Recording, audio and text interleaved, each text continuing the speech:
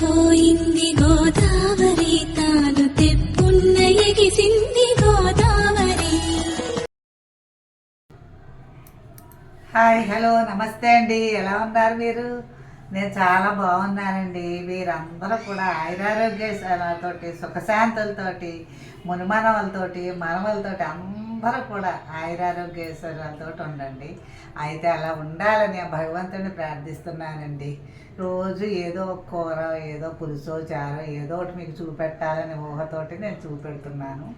అయితే నిన్న ఒక గుమ్మడికాయ తీపి కూర చేశానండి. అది కూడా చూడండి, చాలామంది చాలా బాగుందండి, చాలా పాతకాలం నాటి వంట, చాలా బాగుందని కామెంట్ పెట్టారు. అయితే ఈరోజు నేను చిక్కుడుకాయతోటి కూర చేస్తానండి.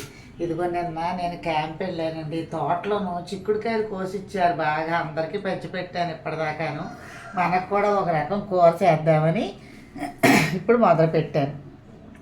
ఇప్పుడు ఈ గింజలకు ఒక చరిత్ర ఉందండి. ఎందుకంటే దీంట్లో గింజలు కాదండి ఇవి ఆ తోటల్లో ఏం చేస్తారంటే పందేళ్ళకి ఒక పండిపోయిన కాయలు వేలాడుతూ ఉన్నవి, అవి కూడా కోసేసి అందులో కోసిన వాటిల్లో కూడా ఇలాంటి ముదరకాయలు వచ్చినప్పుడు వాళ్ళు ఏం చేస్తారని ఏరి పక్కన పెట్టుకుంటారండి.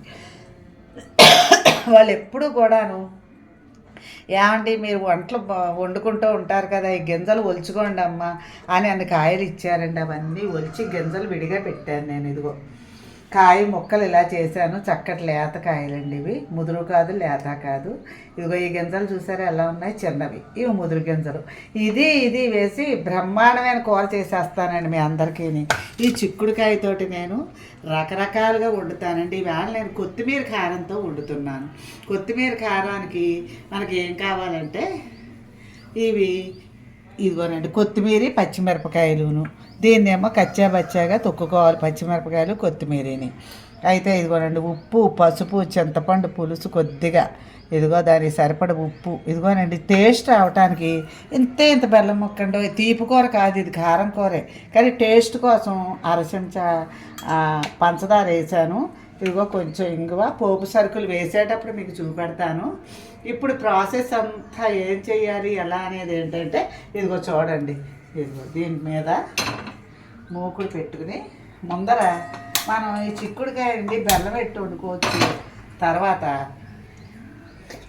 రకరకాలుగా వేపుడు చేసుకోవచ్చు. కొత్తిమీర కారం వేళ నేను చేస్తున్నాను.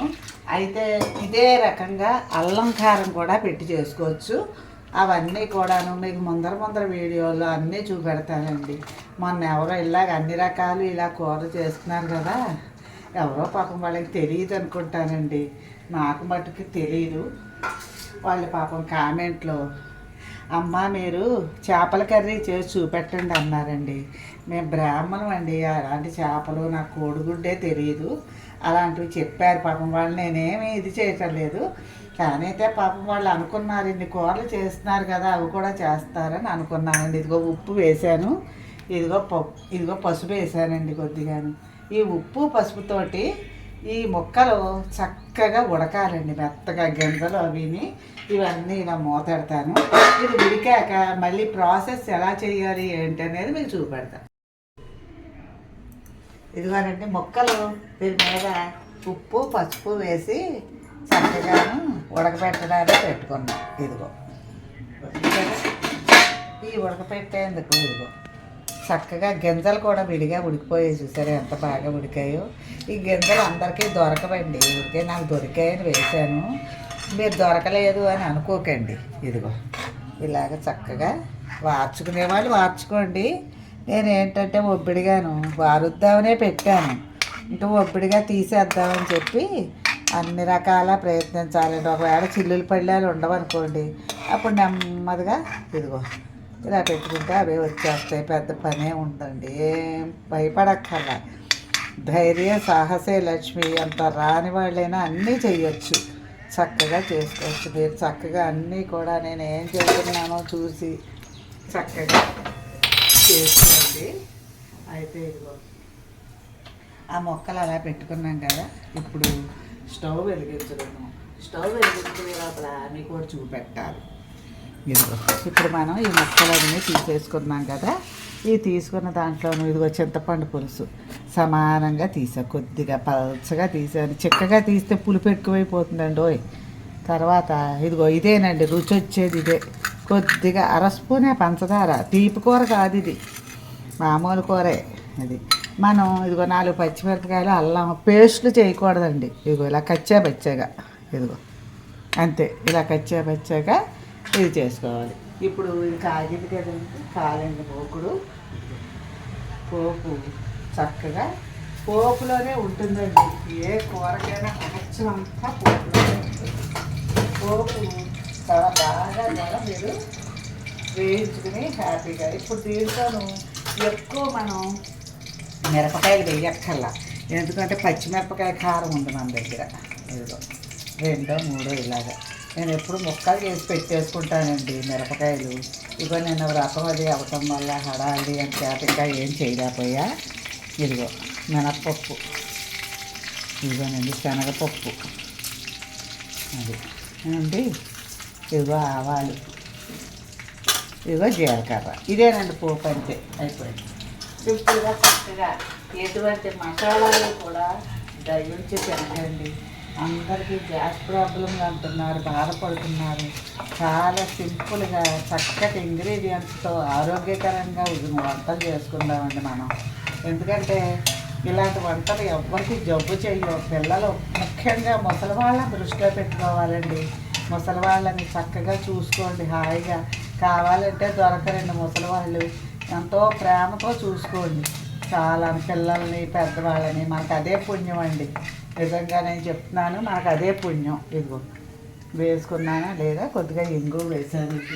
వేసి ఇప్పుడు కొంచెం వేగాలండి. కొంచెం పోపు ఈ బద్దలు చక్కారు పచ్చబడాలి.